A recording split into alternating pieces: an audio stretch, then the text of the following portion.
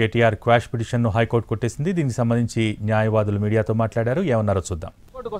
ఒక్కొక్క police station లోనే ఒక సంవత్సరానికి 200 నుంచి 300 ఎఫ్ఐఆర్లు అవుతాయి.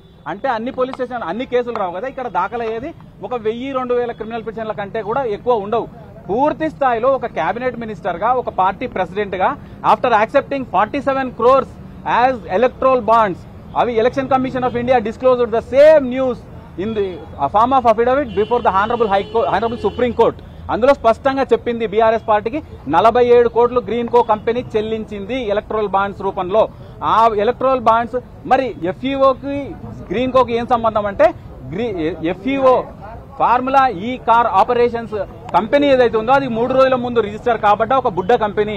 అది కేవలం green Coke sister concern, daughter concern, దానికి సంబంధించింది కాబట్టి అక్కడ చెల్లించిన చెల్లింపులు మళ్లీ వెనక్కు చెల్లించాల్సి వస్తుందని ఈ విధంగా 55 కోట్ల రూపాయలు అవినీతి అరెస్ట్ చేయకూడదన్న మధ్యంతర ఉత్తర్వులు, మధ్యంతర రక్షణ అనేది కొట్టివేయబడ్డది. పూర్తిగా ఆయన పిటిషనే కొట్టివేయబడ్డది. కాబట్టి what ever the interim orders gets cancelled. KTR next సుప్రీంకోర్టుకు వెళ్ళొచ్చు. సుప్రీంకోర్టులో ఆయన వాదనలు వినిపించుకునే ప్రయత్నం ఖచ్చితంగా చేయొచ్చు. కాకపోతే ఇంటరిమ్ ప్రొటెక్షన్ కూడా మళ్ళీ ఈ విధంగా క్రిమినల్ పిటిషన్ లో అడిగినట్టే స్పెషల్ లీవ్ పిటిషన్ లో కూడా అడగాల్సి ఉంటుంది. పర్మిషన్ ఇస్తే తప్ప అది నెమ్మరయ్యే అవకాశాలు. ఏసీబీ నిన్ననే పూర్తి స్థాయి ఇన్ఫర్మేషన్ ఇవ్వడం జరిగింది. క్లియర్ గా చెప్పింది 47 కోట్ల రూపాయలు ఏసీబీ నష్టం జరిగిపోయింది. ఇక్కడ రాష్ట్ర ఖజానాకు, being the custodian of state exchequer, being the cabinet minister, he directed the IAS officer to disburse 55 crores.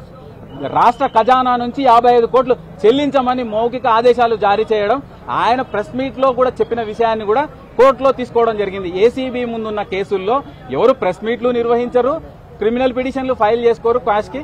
కానీ వారు ఫైల్ చేసి ఆయన లేఖనాలను ఆయనే ఫిలప్ చేసుకోవడం వల్ల ఈ రోజు అది ఆశనిపాతంగా మారింది. ఖచ్చితంగా ట్రైపార్టీడ్ అగ్రిమెంట్ లో government on behalf HMDA there is no clause, నష్టపరిహారం ఇవ్వాల్సిన క్లాజ్ కూడా అందులో లేదు. జనాలకు తెలియాల్సిన విషయం, జర్మనీలో ఏదో జరిగింది, బ్రెజిల్లో ఏదో జరిగింది, ఆయన తప్పుదో పట్టించే ప్రయత్నం చేస్తున్నాడు.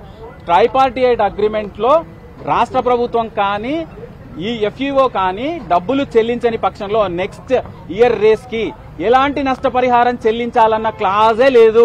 క్లాజ్ లేకున్నా కూడా one of the party formula ఈ కార్ ఆపరేషన్ రేసింగ్ వాళ్ళ పాత్ర తొలగిపోయిన తర్వాత, వాళ్ళు 100 కోట్లు నష్టపోయిన తర్వాత కళ్లు తెరుచుకొని రాష్ట్ర ప్రభుత్వానికి డబ్బులు కాపాడాల్సిన ఒక కేబినెట్ మినిస్టర్, ఆయన కేబినెట్ మినిస్టర్ గా ప్రమాణం చేస్తున్నప్పుడు without fear or favour I'm taking swearing as minister for cabinet of Telangana అని చెప్పి కూడా రాష్ట్ర ఖజానాను కాపాడకుండా నష్టం చేకూర్చినందుకు ఖచ్చితంగా ఆయన శిక్ష అనుభవించాల్సిన పరిస్థితి. డెఫినెట్ గా ఏసీబీ ఈజ్ ఎంటైటిల్డ్.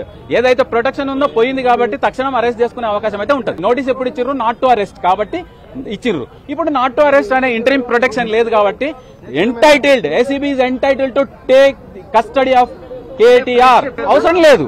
అక్యూజ్డ్ పారిపోతుంటే చూస్తారా అంటే రేపు వచ్చి మళ్ళీ ఈడీ కూడా హాజరు కావాల్సిందే. ఇది తప్పించుకొని తిరగడానికి అవకాశం లేదు. లైఫ్ ఇంప్రిజన్మెంట్ ఉంది అందులో 409. కేవలం 7 సంవత్సరాలు. 7 సంవత్సరాల కంటే తక్కువ శిక్ష అర్హత ఉన్న సెక్షన్లలో మాత్రమే 41A అడిగే అవకాశం ఉంటది. అంతకంటే ఎక్కువ శిక్ష క్వాంటమ్ ఆఫ్ అఫెన్స్ పీరియడ్ ఉంటే దానికి అర్హతనే లేదు. 41 అడిగే అవకాశమే లేదు. పర్టికులర్ గా కరప్షనే. Cabinet minister, being the minister for cabinet, he is to protect the interest of the state, he is to protect the interest of the state exchequer. రాష్ట్ర ఖజానాను కాపాడాల్సిన వ్యక్తి. ఒక బ్యాంకర్ చేస్తే కూడా, ఒక బ్యాంక్ మేనేజర్, ఒక బ్యాంక్ ఎంప్లాయీ చేస్తే కూడా 409 అప్లికబుల్ అవుతుంది. దాన్ని అనవసరంగా తన మీద రుద్దినప్పుడు అయితే మాత్రమే క్వాష్ పిటిషన్లు హైకోర్టుకు వస్తాయి. ఒక్కొక్క పోలీస్ స్టేషన్ లోనే ఒక సంవత్సరానికి 200 నుంచి 300 ఎఫ్ఐఆర్లు అవుతాయి. అంటే అన్ని పోలీస్ స్టేషన్ అన్ని కేసులు రావు కదా. ఇక్కడ దాఖలయ్యేది ఒక 1000-2000 క్రిమినల్ పిటిషన్ల కంటే కూడా ఎక్కువ ఉండవు. పూర్తి స్థాయిలో ఒక కేబినెట్ మినిస్టర్ గా, ఒక పార్టీ ప్రెసిడెంట్ గా, after accepting 47 crores as electoral bonds, అవి election commission of India disclosed the same news in the form of affidavit before the honourable supreme court.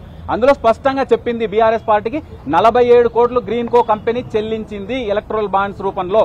ఆ ఎలక్ట్రల్ బాండ్స్ మరి ఎఫ్ఈఓకి గ్రీన్ కోకి ఏం సంబంధం అంటే, FEO formula ఈ car operations company ఏదైతే ఉందో అది 3 రోజుల ముందు రిజిస్టర్ కాబట్టి ఒక బుడ్డ కంపెనీ.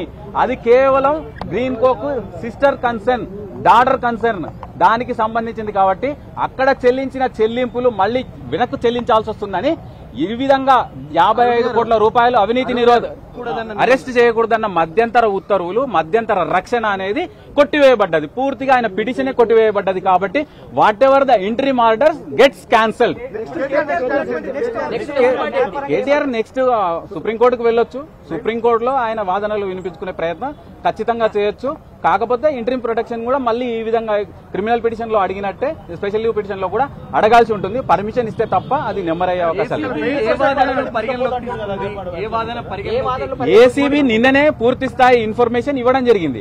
క్లియర్ గా చెప్పింది 47 కోట్ల రూపాయలు ఏసీబీ నష్టం జరిగిపోయింది ఇక్కడ రాష్ట్ర ఖజానాకు.